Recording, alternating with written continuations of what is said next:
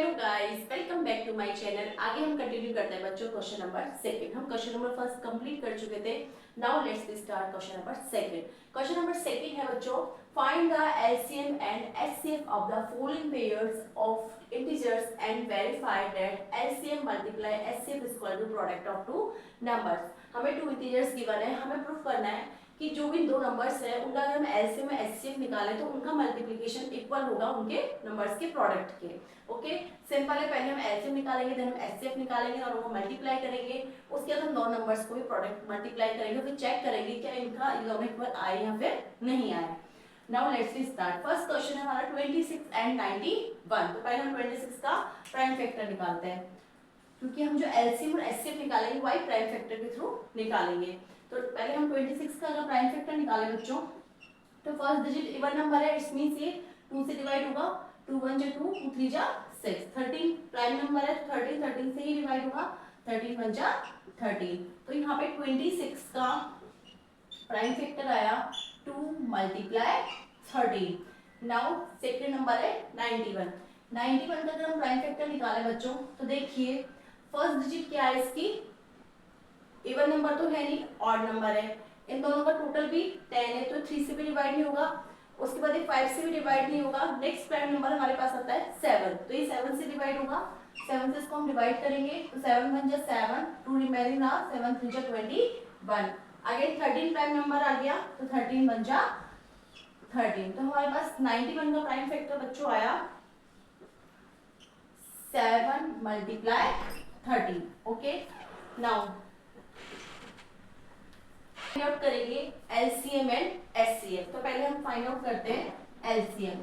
LCM होता है, इसमें जो भी नंबर्स हैं हम सारे नंबर्स को लेते हैं और उनकी हाईएस्ट पावर हमें लेनी होती है। तो यहाँ पे 3 नंबर्स है, एक नंबर है 2, एक है 13 और एक है 7। तो पहले हम 2 की हाईएस्ट पावर देखते हैं। तो 2 सिंगल टाइम है तो हम 2 को लिख देंगे 1 टाइम। मल्टीप्लाई 13 को चेक करेंगे, 13 भी 1 टाइम है, 13 को भी लिख देंगे।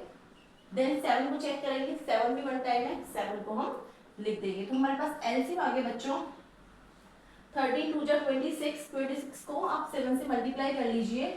7 6 जा 42, कैरी गई 4, 7 2 जा 40, 18। तो ये आ गया 182।